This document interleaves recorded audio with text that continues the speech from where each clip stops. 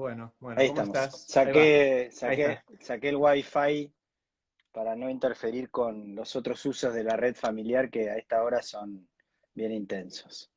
Es hora pico en todos lados y siento que las redes están empezando a sentir un poquito la tensión. Una de las cosas que a Sí, mí me asombró mucho los primeros días de todo esto es que no colapsara Internet.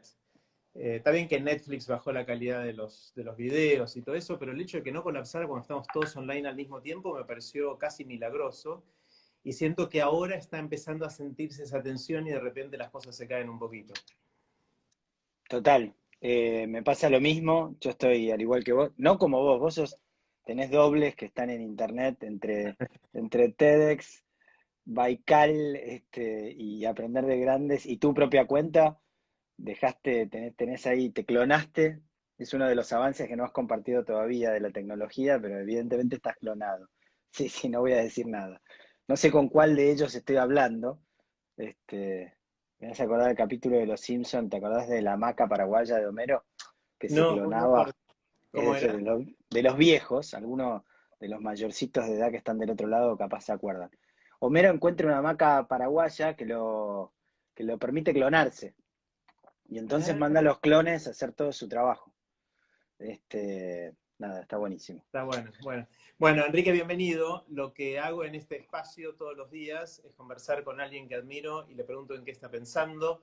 Ya van 10, 12 días ininterrumpidos, sin solución de continuidad, como dicen. Y es un lujo que me doy y me encanta poder compartir esto con la gente que quiere escuchar. ¿En qué andas pensando? Bueno, gracias primero por la invitación. Para mí fue uno de los momentos más lindos cuando grabamos el Aprender de Grandes. Fue una sorpresa tener ese tiempo con vos sin celular a mano, cosa que ahora es inevitable porque lo usamos para eso, pero para conversar. Espera que eh, agrego una cosa, perdón, que no dije, y porque me pareció obvio, pero por las dudas. sí, Enrique Abogadro, con quien estoy conversando ahora, es el ministro de Cultura de la Ciudad Autónoma de Buenos Aires, de Cava, y con Enrique nos conocemos hace muchísimos años y tengo yo el lujo de conversar con él cada tanto. Cada vez que converso aprendo un montón y por eso lo invité. Perdón que no había hecho la introducción. gracias por la intro y bueno, para mí es también un lujo y un placer y un honor conversar con vos. Tu enorme generosidad siempre, la verdad que la celebro, en términos, sobre todo, sos un gran conector y eso es algo que hace mucha falta. ¿En qué estoy pensando en términos amplios? En el futuro, como el resto de la gente, supongo, oscilo, porque ya hace tantos días que estamos acá adentro que voy oscilando, pero a mí me marcó mucho un artículo que sacó Yuval Noah Harari, un amigo de la casa, cuando arrancó todo esto en el Financial Times. Es el autor de Sapiens, de Homo Deus, de 21 lecciones para el siglo XXI. En el Financial Times ese artículo está libre, o sea que se puede leer ahora, no tiene, donde de alguna manera pensaba el futuro en función de escenarios, y diría, para resumirlo mal, planteaba un escenario utópico y uno distópico, ¿no? El distópico es un mundo post pandemia más cerrado, más aislado, nacionalista, con el miedo como marca, eh, con la tecnología en términos negativos, toda esta cuestión distópica de la tecnología persiguiéndonos. Y la otra opción era un mundo internacionalista, donde la elección fuera que nadie se salva solo, donde la ciencia finalmente era escuchada, eh, y de reconstrucción de los vínculos a partir de la solidaridad. Eso es algo que a mí me interesa mucho por mi rol. Estoy convencido que la cultura tiene mucho para aportar en este escenario. La cultura entendida como mucho más que el mero entretenimiento, sino como una herramienta para construir nuestra identidad individual y colectiva y desde ese lugar vincularnos con el mundo. Así que no es que pienso en esto todo el día, por supuesto, porque teniendo dos hijas muy pequeñas, una de 4 años y una de 1 año, la realidad es que mucho margen para pensar no hay, pero sí, incluso es una de las líneas de trabajo nuestra, es pensar el futuro post pandemia y en particular el de la cultura, identificando algunos ejes, líneas que puedan marcar un camino y por lo tanto buscando de qué manera intervenir, ¿no? Hay algunos, así para ir de lleno a lo que estamos mirando, algunas tendencias que no sé si son eh, temas que uno espera que se den, o sea, wishful thinking, como se dice en inglés, o realmente son, pero pensamos en una cultura justamente que pueda contribuir a construir esa red solidaria, el entramado cultural más cercano, digamos, la conexión entre las personas. Pensamos en un pasaje, si querés, de lo masivo, que es lo que distingue en esta ciudad, además, con grandes eventos, a lo sostenible, teniendo en cuenta que por lo menos durante un tiempo vamos a convivir con medidas de distanciamiento social, inevitablemente, hasta que no haya alguna solución de carácter más permanente, la famosa vacuna o lo que fuera, y además extendida, digamos, a escala suficiente. Y en lo sostenible está la idea de prestar atención también a lo vincular. Digamos, yo creo que un gran desafío es como al miedo del virus, del barbijo mismo, de la distancia, esta cosa de salir a hacer la compra y mirar al lado con aprehensión, de qué manera manteniendo obviamente esa distancia y responsablemente, digamos, porque el virus circula inevitablemente, de qué manera le podemos ganar con otros gestos, ¿no? Eh, y después hay otra tendencia, cada una de estas después la podemos desgranar, pero hay otra tendencia que tiene que ver con los cambios en los modos de producción cultural, producto de la tecnología, de la distribución, digamos, y aparece un uso de la tecnología diferente, o por lo menos más extensivo del que pensábamos. Es increíble como nadie conocía Zoom o lo conocía muy poco y de golpe hay una mayoría robusta que lo puede usar. Por supuesto hay un desafío importante en términos de ampliar la alfabetización digital, no solo por edades, sino obviamente por ingreso, etcétera, pero creo que ahí hay algo interesante en pensar la cultura en función de estos desafíos. Y finalmente, te dije todo junto, porque es como lo tengo medio estructurado, yo vengo dando una serie de charlas y además conversando con colegas de otros países. En estas 2 semanas me tocó dar una charla en el Council of the Americas, en el World Economic Forum y en el Banco Interamericano de Desarrollo. Cuando digo charla es formar parte de grupos de pensamiento donde me toca hablar, pero no es que soy yo necesariamente el keynote, pero digo, lo vengo articulando. Y la última es el énfasis de lo local o lo nuevo local, de New Local, ¿no? Si pensamos que vamos a convivir con medidas de distanciamiento social por un tiempo, vamos a desalentar el uso del transporte público, salvo para quienes tengan la necesidad de usarlo. Por lo tanto, vamos a estar seguramente cada uno viviendo una ciudad que es la ciudad que tiene escala cercana, 15 cuadras, andando en bicicleta, y aparece una ciudad diferente.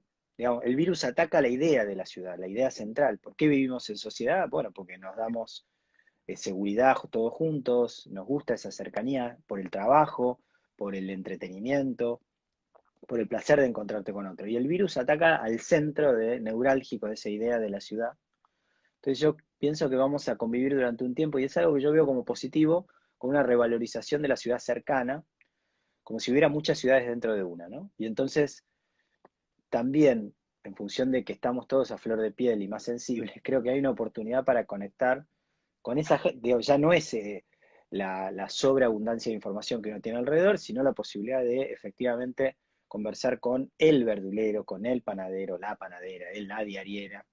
Y ahí la cultura también tiene mucho para hacer. Los espacios culturales locales como conectores, dinamizadores, en fin, hay mucho de esto en el pensamiento de lo inmediato y después próximos pasos, cómo se va, digamos, en el día a día de mi trabajo estamos, por un lado, acompañando a la cultura, particularmente la independiente, que es la más golpeada y donde hay más debilidad, porque es muy informal, con toda una serie de líneas de acción, de apoyo económico, dirigida al sector, y después trabajando también con cada uno de los sectores en posibles protocolos, hojas de ruta posibles, para que, por supuesto, mediando autorización de las autoridades sanitarias, podamos volver a algún tipo de actividad, ¿no?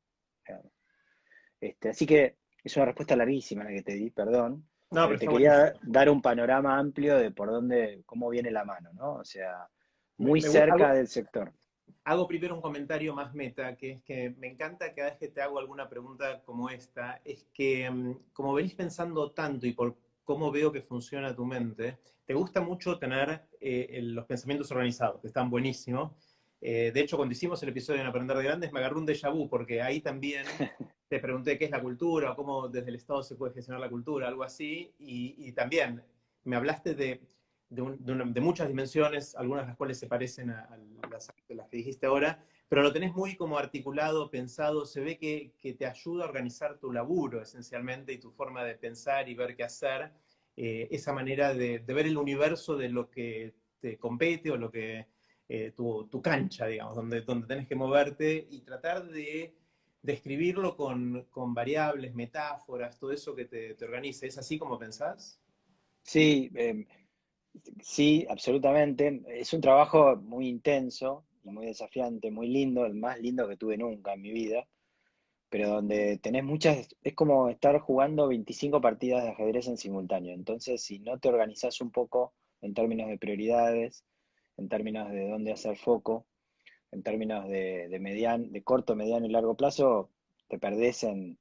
Porque aparte, como me gusta mucho, cada tema es una rama posible por la cual irme y perderme por completo. Tengo un gran equipo con el cual trabajo hace tiempo, algunos que entraron antes, otros después, que justamente me complementan mucho en eso, en bajarme de un ondazo, ordenarme. Esto que te digo no es mérito mío en la reflexión sobre el futuro, sino que es una reflexión colectiva de mí, de nuestro equipo, que me ayudan a estructurar la conversación. Eh, porque si no también te quedas paralizado, digamos.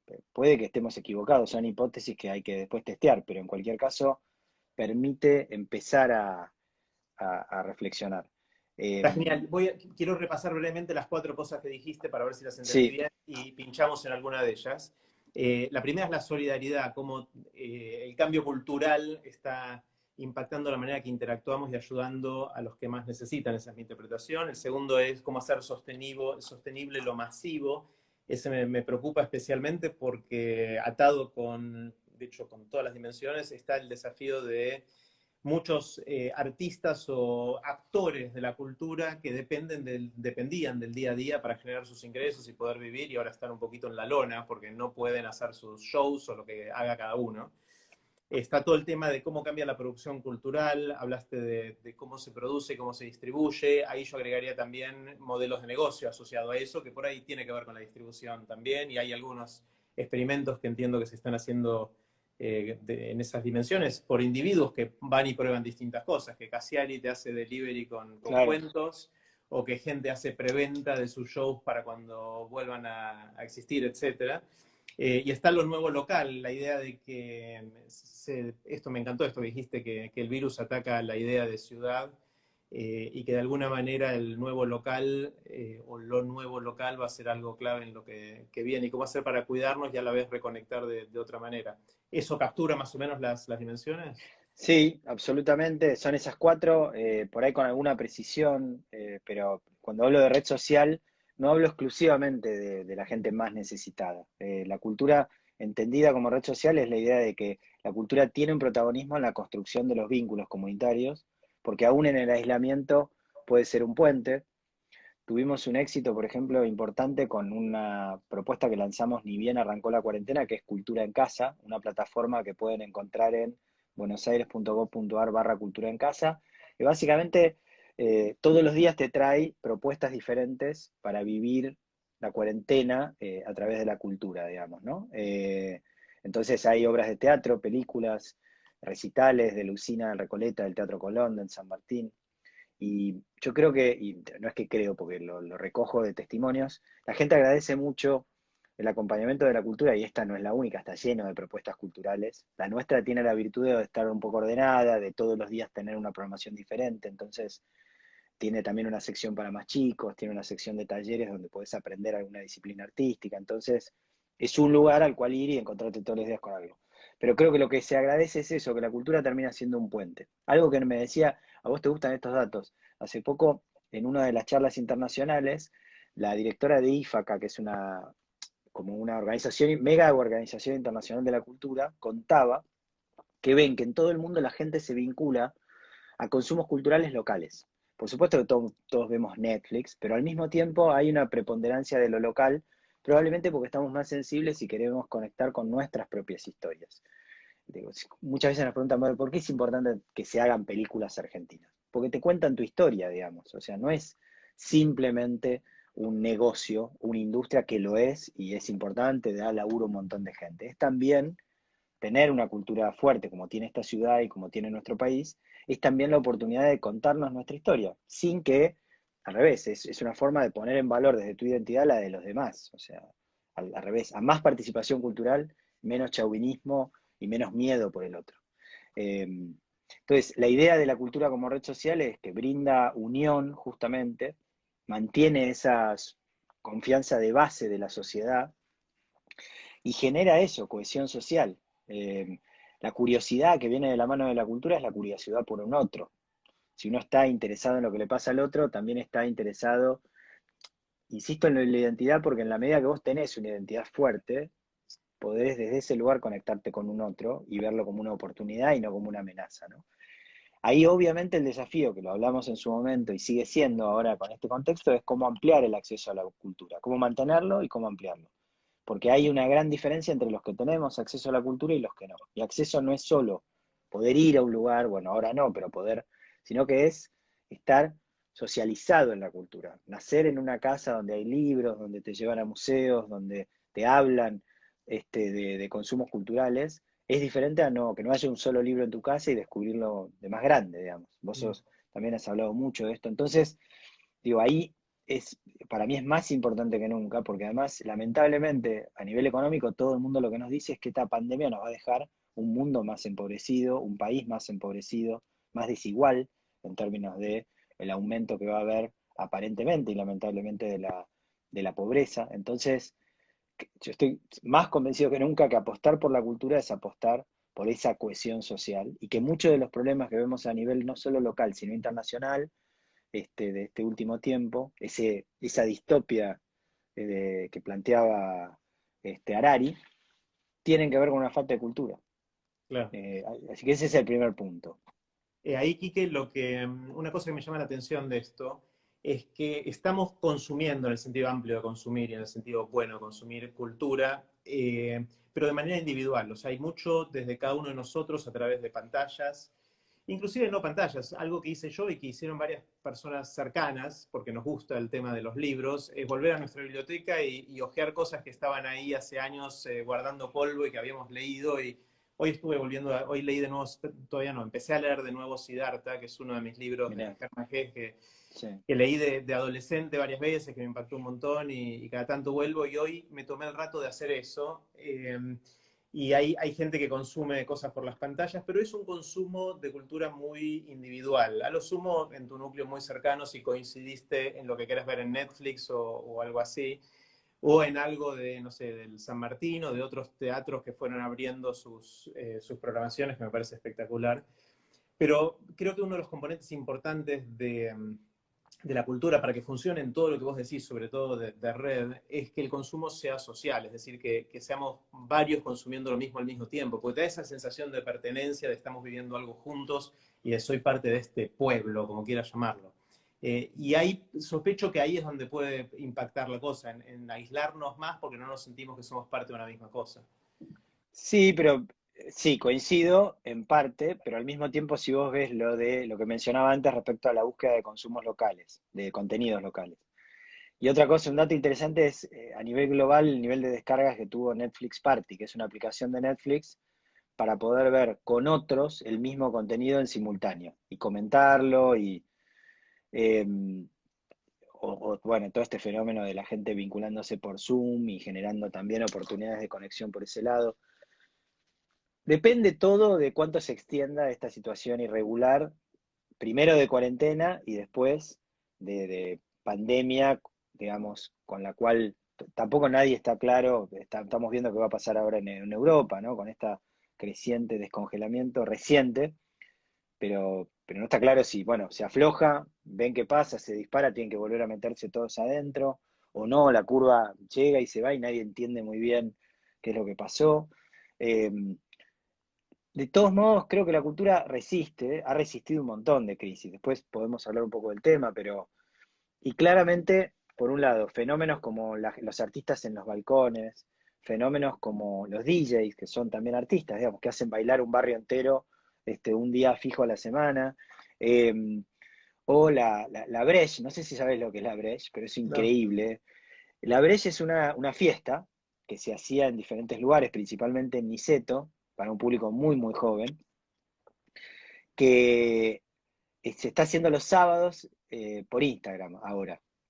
Y lo que, digo, estuve el otro día un rato largo, es básicamente el DJ y la DJ de la Breche pasando música, están en su casa, evidentemente, conviviendo, digamos, no sé cuál es el vínculo entre ellos, un chico y una chica que pasan música, bailan frente a la cámara, se conectan. El otro día había casi 100.000 personas en el live de la Breche. Hay un artículo que salió hace poco que decía, la noche en Instagram, una fiesta online llenó 6 canchas de River. Y estás hablando de un fenómeno que es fundamentalmente social, va a juntarte a bailar, digamos. Sin embargo, hay algo de, bueno, tengo ganas de conectar con los demás. Conectás además por los comentarios que haces, conectás. Entonces yo creo que hay, digo, ese es como que el otro día creo que el secretario de Cultura de Bogotá en una de las charlas decía que el arte y la cultura son como el agua y terminan abriendo ese paso. Me pareció interesante. Cataño lo mismo, comenta alguien ahí. Hernán Cataño desde su casa hizo bailar al mundo entero, fue impresionante lo que hizo. Eh, y creo que en el camino es muy probable que el espacio público juegue en el mientras tanto un rol, porque no van a volver los eventos mega masivos, porque no se puede, hasta que haya distanciamiento, hasta que haya una solución al distanciamiento, pero ya se está explorando en otros países el autocine, la vuelta del autocine, ópera, también en un estacionamiento vos podés poner cualquier espectáculo en el escenario y la gente va en auto o en bici, o incluso caminando si vos tenés alguna forma de hacer parar a la gente en una cruz con barbijo y que esté a una distancia controlada y que la gente entra y sale de una manera ordenada, digamos. Depende, no lo sé. La verdad que son todas cosas que venimos reflexionando junto a nuestro equipo y con el sector, pero que, digo, finalmente algo de todo eso va a venir, porque lo que no va a pasar es que dejemos de conectar a través de la cultura. Entonces, en el mientras tanto hay que pensar todo tipo de alternativas. Y sí, es un consumo por ahí más individual, pero a la vez en general compartimos ese consumo, el libro que estamos leyendo, eh, el fenómeno de todo esto, digo, vos a esta hora vas arriba a Instagram y es una especie de prime time donde podés ir haciendo zapping de los distintos vivos que hay, todos esa famosa pronóstico de que vamos a ser todos no solo consumidores, sino también productores de contenidos y de cultura, se está viendo ahora mismo, todo el mundo está haciendo entrevistas en vivo. eh, Esta cosa que tiene Instagram medio casera de dividirnos la pantalla y que no sea producido ni nada, a mí me parece que también hace a una conexión más humana.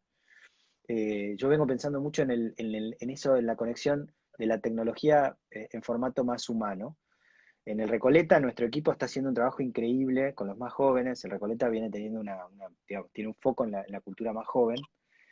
Y me contaban el otro día en la reunión del equipo, Luciana Blasco, la subsecretaria, junto a su equipo, me contaban cómo desde el Recoleta no solo ofrecemos contenidos en vivo, etcétera, sino que se armó una especie de consultorio online donde vos podés reservar un turno en un calendario de Google, supongo, y el especialista en cine, a vos personalmente, por internet, supongo que será por Zoom o alguna otra plataforma, te cuenta, te das recomendaciones. Entonces ahí, digo, ese es otro de los fenómenos que me parece interesante para explorar, que es cómo la tecnología no es ni una cosa ni la otra, no te aísla ni te junta, sino en la medida de cómo la utilizás, ¿no?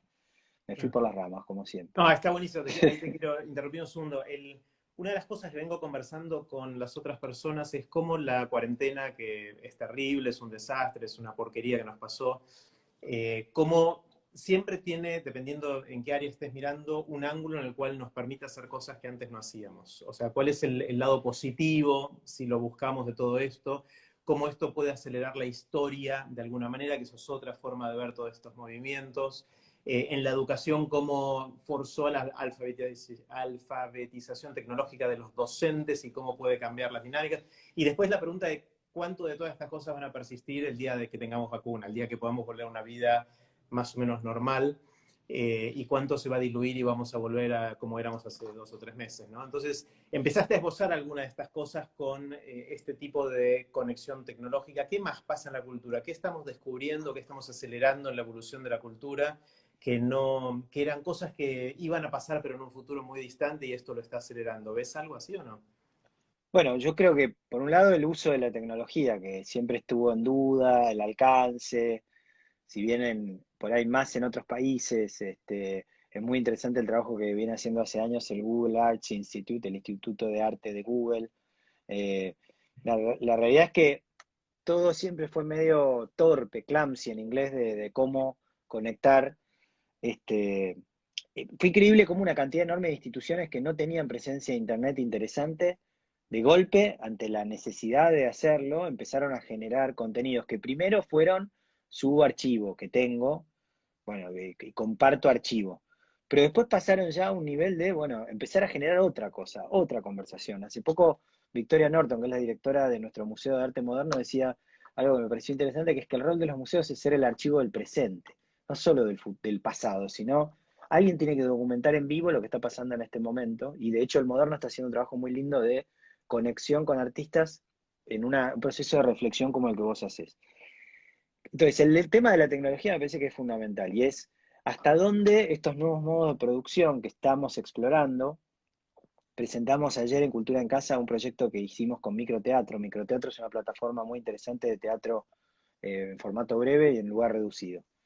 Ellos encargaron obras a los artistas de microteatro que se desarrollan en ocasión de la cuarentena. Es decir, ya no es un archivo, sino que es artistas desde sus casas creando una obra de 5 o 7 minutos, en general en tono de humor. De las 6 que subimos ayer vi 5. Ya hay una exploración de un nuevo género, si querés, que ya no es el subo una obra de teatro con cámara fija, sino que es otra cosa, que tampoco es teatro, porque hay una decisión de la cámara, es decir, hay una mirada audiovisual, hay un guión diferente, hay un montón de situaciones que son distintas. Eh, la tecnología y el hecho de que todo el mundo se largue y de alguna manera rompe también o democratiza un poco, hasta en cierto sentido, esta cosa de los grandes monstruos de la cultura versus la gente de a pie. Porque todos tenemos acceso a Instagram y un vivo lo puede hacer cualquiera, obvio. Si tenés millones de followers, vas a tener más alcance. Pero si no haces algo interesante, un fenómeno interesantísimo es Baikal, que tenía muy pocos followers y a fuerza de meterle cosas una interesante una tras de otra, hoy es un boom, digamos. Entonces yo creo que en los cambios de producción que vemos hay una cuestión de una producción cultural más colaborativa, más horizontal, más ágil, más comunitaria, de adaptación, de resignificación y adaptación a los diferentes espacios, que como se hizo siempre en nuestro país y sobre todo en nuestra ciudad, muy acostumbrados a las crisis económicas, siempre creamos desde la escasez, no desde la abundancia. Yo me acuerdo en un festival en Chile hace un par de años, en Santiago Mil, que es un gran festival de teatro, de ir en el bus de los invitados internacionales y que un español que estaba atrás mío dijera, no entiendo cómo hacen los creativos, los creadores de ustedes, porque en España, si no tienen todos los subsidios antes de salir a la cancha, no salen. Y en Argentina, digo, hay algún apoyo, por supuesto no de la escala que hay allá, pero nadie pide permiso o se siente a esperar. Se larga, hace y después ve. Entonces, creo que ahí hay una tendencia interesante. Claramente va a haber más preponderancia de lo virtual, pero es como nos obligaron a todos a alfabetizarnos primero en lo digital. Y lo que viene después es, la gente, digamos, más creativa, después toma esa herramienta y la empieza a moldear y empieza a hacer cosas que todavía no sabemos cuáles son, pero las van a dar vueltas sin ninguna duda y las van a llevar hasta su límite, ¿no? Eh, Así que yo veo ahí una serie de fenómenos que seguramente van a continuar. Sí hay desafíos, ¿no? Porque también ahí tenés un problema de brecha digital, incluso hacia dentro de la cultura, entre quienes saben y pueden utilizar la tecnología y aquellos que no, que se aferran a un modo de producción. Si yo dijera, hasta que no vuelva la posibilidad de tener público, actores en escena y el público sin ningún tipo de interferencia, máscara o lo que fuera, no hago nada. Y por ahí te estás enfrentando a una situación de un año y medio sin hacer nada. Entonces es complejo. Y ahí, dale. Quique, mientras conversamos acá se armó una discusión en los comentarios respecto al uso de palabras en inglés, que quiero tomarla porque es un tema que me interesa mucho. Yo también a Sí, veces uso palabras. Hay gente en un extremo que dice, che, bueno, esto es parte del mundo que es fluido y hay palabras las empezamos a adoptar y después a la larga son parte de nuestro idioma. Otros dicen, no, hay que cuidar la identidad idiomática. Esto es algo que yo trato de ser cuidadoso con el tema, porque en ciertos círculos hay más uso del inglés, se entiende más, pero hay en otros lugares que no, entonces no queremos Totalmente. excluir. ¿Dónde estás vos en este tema? Me interesa mucho tu posición. Mira, el tema, estoy un poco partido en términos identitarios, porque como persona que lee, me pasa, yo leo en inglés y muchos de los temas que veo en términos de tendencia se publican primero en inglés, entonces uno los incorpora directamente en ese idioma. Me pasa ahora que estoy, como contaba hace un rato, yo tengo mi segunda hija tiene 1 año, entonces me toca dormir la siesta 2 veces por día, dormirla a la noche, y es un momento donde muchas veces me clavo los auriculares y escucho un podcast, que también, no solo, pero en algunos casos es en inglés. Entonces me pasa que se me cuelan esas palabras. Ahora, como ministro de Cultura, considero que sí, que tenemos un idioma riquísimo, que tiene además muchas más palabras que el inglés incluso, y hago un esfuerzo para no meter expresiones en otros idiomas que tienen traducción, porque si no la tienen, bueno, en todo caso, y no digo el inglés, saudade en portugués es una palabra que no tiene traducción. Este, o morriña, que es más de el portugués de Portugal. Entonces no tiene mucho sentido pelearse con eso y es mejor hablarla en ese idioma. Eh, no tengo una visión chauvinista sobre el idioma, sí creo que obviamente tenemos un idioma muy, muy rico y tenemos la posibilidad de exprimirlo al máximo. Entonces hago un esfuerzo, así que agradezco a quienes me llaman la atención sobre el tema porque ciertamente si la palabra se puede decir en español no tiene ningún sentido decirla en inglés. Pido disculpas porque uno digo, incorpora la dieta cognitiva que tenés, viene toda mezclada y entonces, sí, no es nostalgia exactamente, disculpen, ¿eh? Ahí dice alguien que saudade es nostalgia, no es nostalgia, y eso se puede discutir mucho tiempo. Cada idioma tiene justamente algunos giros que son solamente de ellos y a mí me parece muy rico. Yo me encanta el español, pero me gusta, digamos, la enorme diversidad cultural que tiene nuestro mundo y la posibilidad de aprender de todos ellos, ¿no? Sí, está buenísimo. Saudades creo que también tiene mezclado extrañar y otro tipo Por de eso, relaciones pero digo, emocionales. no es que si vos pones nostalgia, te estás perdiendo una parte importante de ese arco. Sí, como en inglés, insight. En inglés la palabra insight, yo no encontré una manera de decirla que me lleve menos de 3 renglones en castellano. Claro, Claro, hay un tema del poder de síntesis de algunos idiomas que en otros no están por razones históricas o lo que fuera, que una linda discusión y gracias a los que pusieron esto, porque nos sacó este tema. ¿Cómo es el tema, Enrique, de la subsistencia económica de los artistas en este momento? Me preocupa mucho, tengo unos cuantos amigos que hacen arte. El otro día hicimos uno de estos con Lucho Mellera. Lucho hace comedia stand-up, un grosso, para mí uno de los sí, mejores de nuestro circuito local y más allá. Y Lucho hizo una de las cosas que mencioné hace un rato, que es pone a la venta entradas para cuando pueda hacer un show en vivo. De hecho, hice un pequeño jueguito después de conversar con él, que compré 14 entradas y hice un concurso de este cuadro que está acá atrás. Es un cuadro hecho con capsulitas de café de alguna marca, que hizo mi esposa mirá, recolectando y reciclando, es arte de reciclado, con nuestra red de amigos que se dedicaron a juntar capsulitas. Y es muy difícil de contar cuántas hay. Entonces el desafío es cuántas hay. Parece uno de los desafíos de Internet o de Hola Susana de algún momento. Y entonces en arroba aprender de grandes pusimos una foto del cuadro y los que adivinen, no adivinen, que puedan contar y acierten cuántos hay y alguna consigna más, se van a ganar las entradas para ir a ver a qué Lucho. bueno. Yo voy a ir también cuando vuelva la cosa. Entonces, esa es una cosa, hay gente que está vendiendo, pero eso tiene doble filo, porque si las vendió ahora y se gastaron la plata ahora, el día que tengan que hacer esos shows, eso no es ingreso para ese momento, con lo cual no sé cuánto resuelve el problema o patea la pelota, ¿no? Mirá, el problema es realmente muy extendido. Vos pensás que Buenos Aires tiene, en materia de cultura independiente, que son los espacios no comerciales, y esto hay que distinguirlo porque, digamos, no es lo mismo un teatro de calle Corrientes que un teatro independiente del Abasto. Ambos son valiosos y necesarios, pero no son lo mismo. A pesar de que hoy están sufriendo todos y por ahí el de calle Corrientes le da trabajo a más gente y entonces también tiene un pasivo más complejo, ¿no? Por eso digo que toda la cultura es valiosa. La cultura independiente en la ciudad es un fenómeno casi único en el mundo, o único. Vos tenés más de 500 espacios culturales en Buenos Aires, entre salas de teatro, salas de música, centros culturales, galerías, que hacen que esta sea la ciudad que es, que tenga la diversidad cultural que tiene. Nadie que abre un espacio de estos lo hace para ganar dinero, porque no lo va a hacer, porque siempre va a ser más negocio poner una panadería o cualquier otra cosa. Con lo cual hay que acompañar y sostener a estos espacios porque hacen a esto, a la circulación de la cultura en nuestra ciudad. La ciudad de Buenos Aires tiene un sistema de apoyo a través de distintas líneas que las pueden encontrar en Impulso Cultural. Si googlean Impulso Cultural están todas las líneas. Básicamente son líneas por sector: pro teatro, pro danza, va música, va por B larga A, va milonga, hay una línea para las milongas, el Fondo Metropolitano y mecenazgo.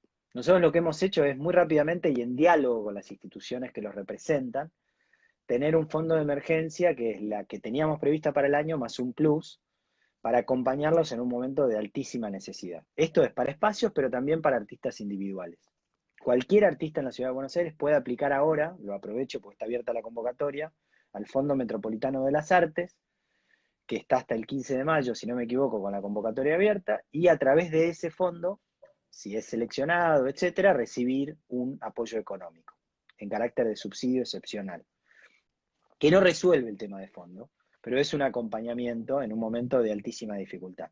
También hay una línea para la formación, porque muchos de los artistas viven básicamente de pararse en un escenario, de ir a la tele o ir a la radio y también de dar clases.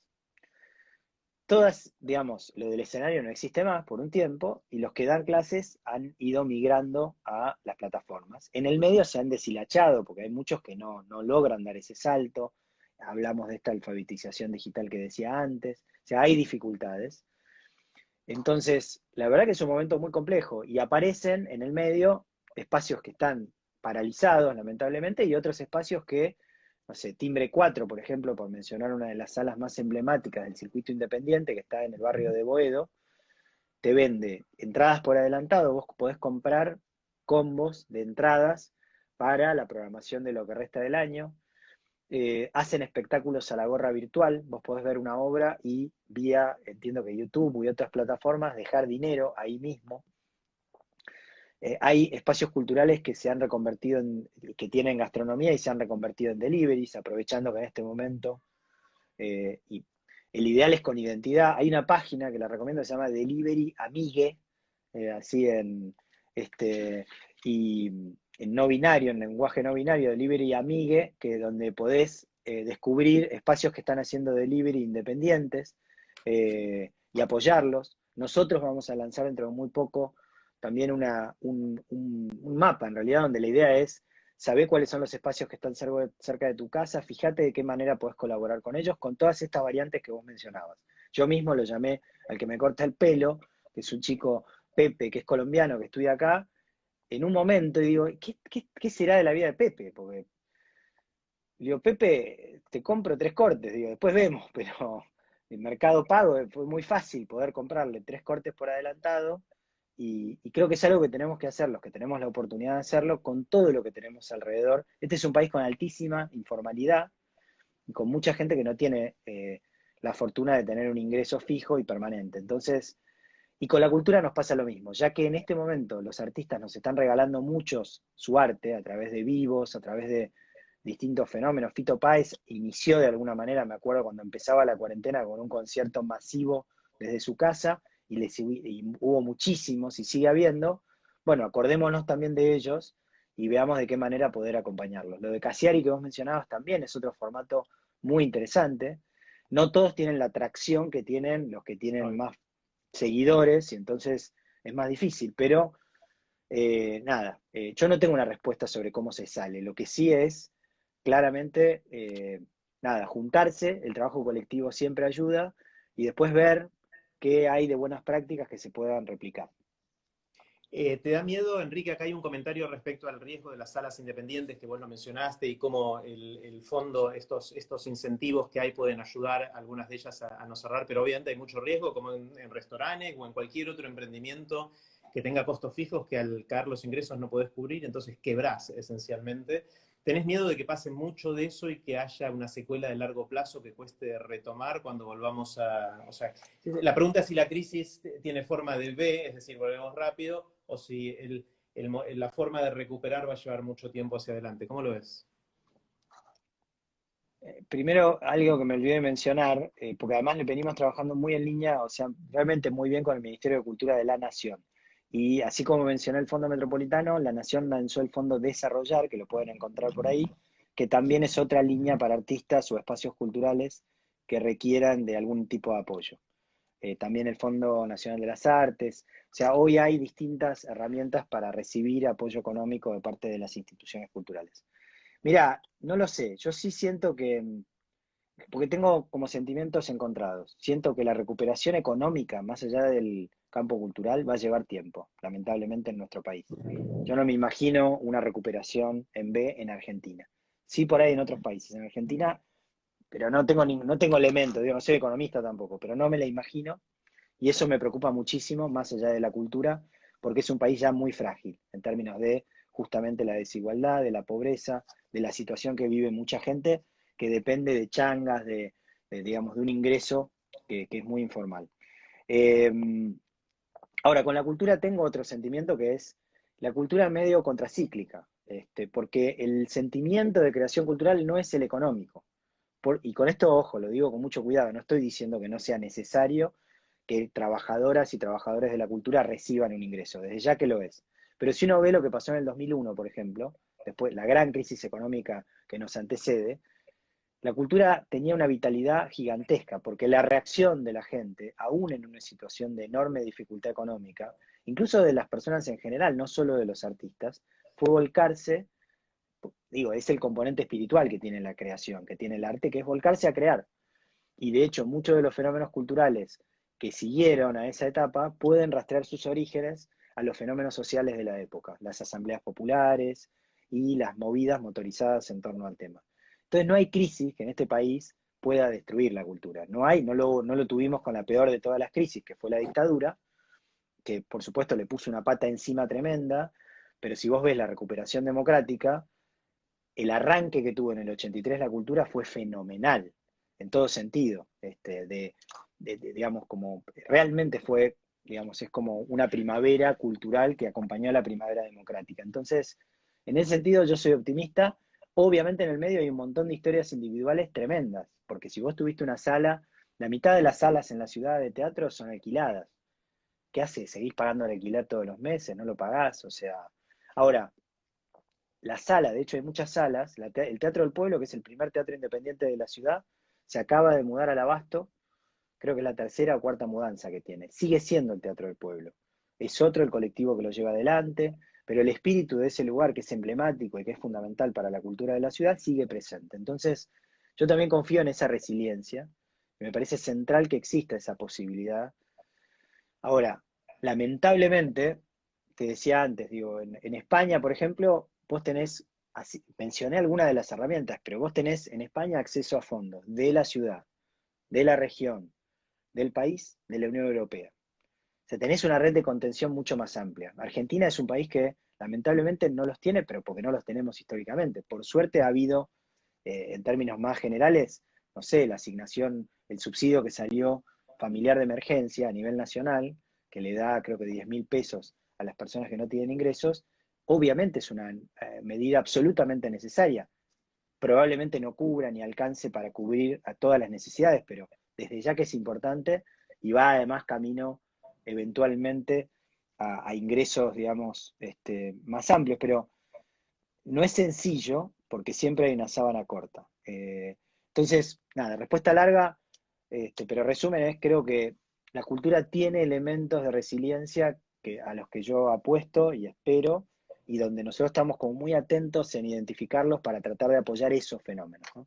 Está buenísimo. Quiero, ya para ir cerrando, volver a algo que dijiste inicialmente cuando mencionabas el artículo de Harari en el Financial Times y de estos dos escenarios, el distópico y el utópico, y cómo... Y quiero hacer una reflexión. A mí en general no me gusta hablar de política partidaria, no es un tema que me interese mucho, no sé del tema, y creo que cada vez que uno habla de esos temas embarra la cancha de alguna manera, o suele hacer eso quizás una tradición nuestra de cómo tomamos ese tema. Pero me llama mucho la atención un par de cosas que dijiste vos al pasar y que escucho también en otros lados y veo que de alguna manera hay una tregua política, hay como que la grieta está suspendida en algunas dimensiones. Mencionaste elogiando al Ministerio de la Nación, que es del otro signo político, cosa que es muy raro escuchar en épocas normales, que alguien de algún lado de la grieta haga un elogio para algo que está pasando del otro lado de la grieta. Hablaste de los fondos desarrollados, o sea, hay varias cosas que mencionaste que me causaron una sensación agradable de decir, espera, estamos juntos en esto, estamos en un barco que tiene el riesgo de hundirse y si no nos apoyamos entre todos Totalmente. estamos jodidos. ¿Es algo que vos pensando en Harari pensás que esto puede, primero, es real o es muy puntual en tu caso, si lo ves? Y segundo, si hay algo de realidad en esto, si es algo que puede persistir y puede ser parte de un escenario más utópico a la Harari. Bueno, primero es real, absolutamente. Ahora mismo, creo, entre un rato está Horacio, jefe de gobierno, con Axel, gobernador de la provincia, y Alberto Fernández, presidente de la Nación, compartiendo anuncios que se trabajaron en equipo, no es que se juntan para la foto. Se vienen trabajando en equipo porque evidentemente la situación que estamos viviendo digamos, no hay ninguna otra posibilidad que trabajar juntos, digamos, ¿no? Porque si no tenés los problemas que tenés del otro lado de la frontera, en Brasil, por ejemplo, donde el presidente y los gobernadores se pelean, este, y los que sufren son los que están del otro lado. Entonces, es real y cada uno trabaja con sus colegas, digamos, ¿no? De sus áreas, pero efectivamente hay un nivel de colaboración que antes no se había visto. Yo creo que tiene que ver con las crisis, ojalá persista. En nuestro caso puntual no es producto de la crisis. Con Tristán Bauer nos habíamos juntado antes de la crisis, habíamos coincidido en muchos temas, hay otros que no, digamos, pero en particular yo soy partidario de no hacer foco en lo que nos diferencia, sino en aquello que tenemos en común y donde podemos construir algo sin perder identidad, sin necesariamente ceder, entre comillas, a los temas con los que uno no está de acuerdo de lo que está planteando la otra persona. Soy un demócrata convencido, con lo cual la verdad que más allá de las discusiones, cada 2 años en este país, por suerte, tenemos elecciones y la gente define si le da su voto a uno o a otro. Eh, Mi expectativa es que sí, que efectivamente quede algo más que de la grieta política, la idea de la colaboración, digamos que, como, voy a tratar de ordenarlo, es tal el peligro que corremos como humanidad, realmente de hecatombe, pensamos que era nuclear y terminó siendo virósica de la salud, pero puede el día de mañana ser ambiental sin ninguna duda. De hecho, esto también tiene que ver con eso, por los mercados, en fin, por un montón de cosas, que la única forma es juntarnos, digamos. Es como, juntarnos, quiero decir, gran parte del problema de no haber atajado esto de mejor manera a nivel global es que muchas de las instituciones que teníamos a nivel global no reaccionaron como debieron reaccionar, porque hubo países que se ocuparon de minarlas, digamos, hubo países que se corrieron de su rol protagónico, que inevitablemente tienen por el tamaño que ocupan. Entonces, a mí me encantaría que como lecciones nos quede la idea de que escuchemos a los científicos, digo, más allá de cualquier otro debate, hay que escuchar a los que saben de su tema. Segundo, la única forma es cooperar. Si vamos a tener una vacuna va a ser porque más allá de la retórica de algunos, los sistemas científicos están cooperando. Digo, hay comunicación entre China, Europa, Estados Unidos hoy alrededor de las vacunas, más allá de lo que sus líderes quieran decir. Entonces, me parece que la colaboración puede ser una de las lecciones que nos quede. Y después que el cambio es posible. Si efectivamente pudimos entrar todos en cuarentena y ordenadamente como entramos, y permitirnos lujos espantosos como que no haya clases en un porcentaje importante del mundo, bueno, ¿por qué no podemos permitirnos medidas de cambio climático que eviten la hecatombe o medidas de ataque directo a los problemas de desigualdad que tenemos? Por ahí es utópico, digamos, pero tengo la sensación que hay digo, de vuelta, yo me inscribo claramente en ese campo y tengo la esperanza de que no solo avancemos en esa dirección, sino que tengo la certeza de que la cultura claramente tiene mucho para aportar en esa dirección. Está genial. Quizás una forma de verlo es que la culpa de la grieta no es de los dirigentes, es nuestra como ciudadanos, porque funciona la grieta como manera de captar votos. O sea, la grieta se forma por una dinámica de captura de poder y de puja por el poder, en el cual un político ve que si yo tiro mierda para el otro lado, me llegan más votos a mí y eso es parte de mi agenda y mi objetivo, lograr esos Sí, votos. Entonces, una manera de cambio cultural que podría ayudar a que no vuelva la grieta o no se profundice es cada vez que vemos una muestra de grieta salgamos a hacer cacerolazos. O sea, ¿y cómo hacer para que se ponga de moda votar al que trabaja junto con el otro por más que piensa distinto?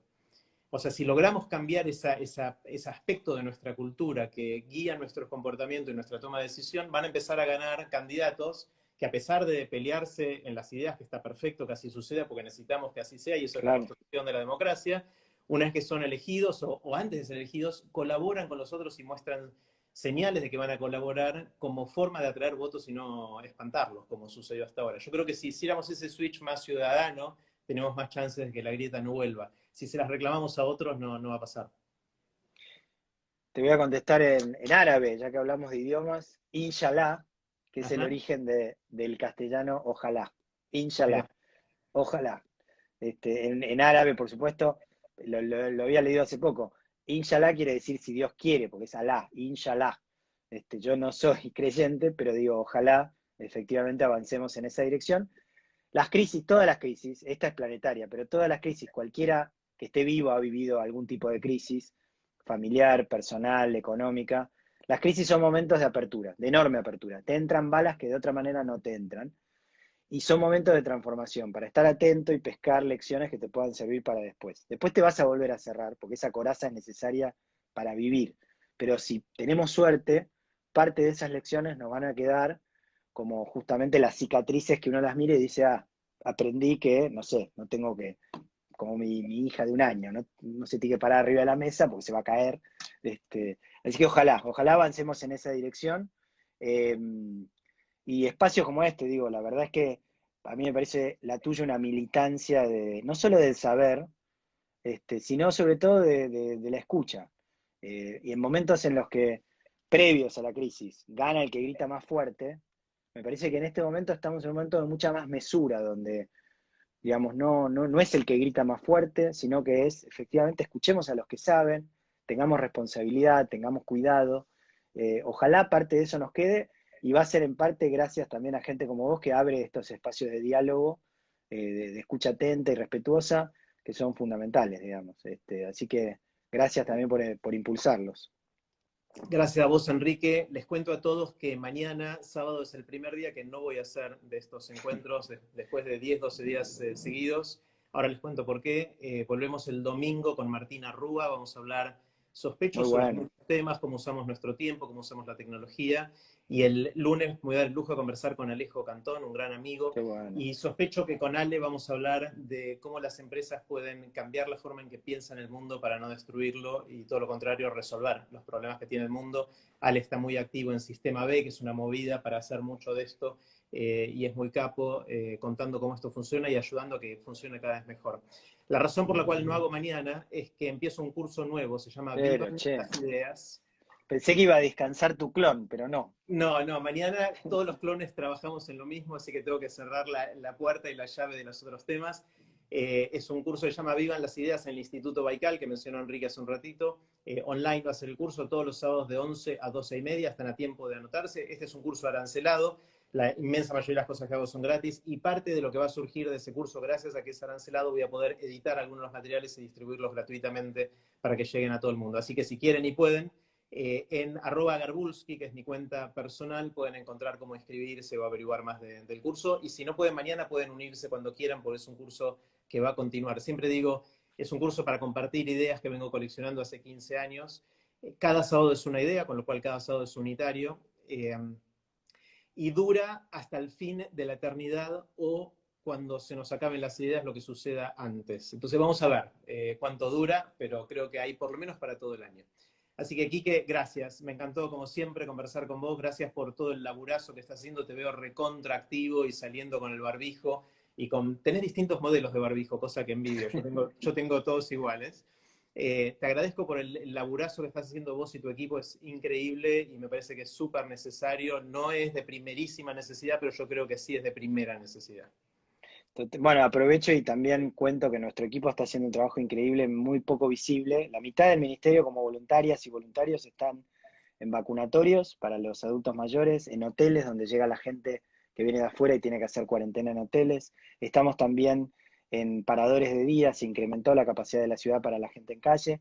Y la verdad que a mí parte de las salidas que hago es para saludar al equipo, para acompañarlos, porque realmente es muy emocionante ver el compromiso que tienen.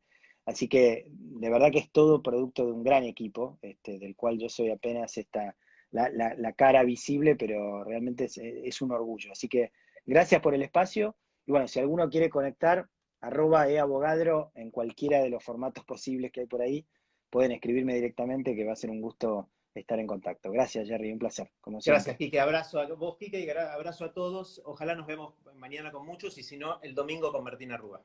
Chau, Ahí gracias. va, nos vemos.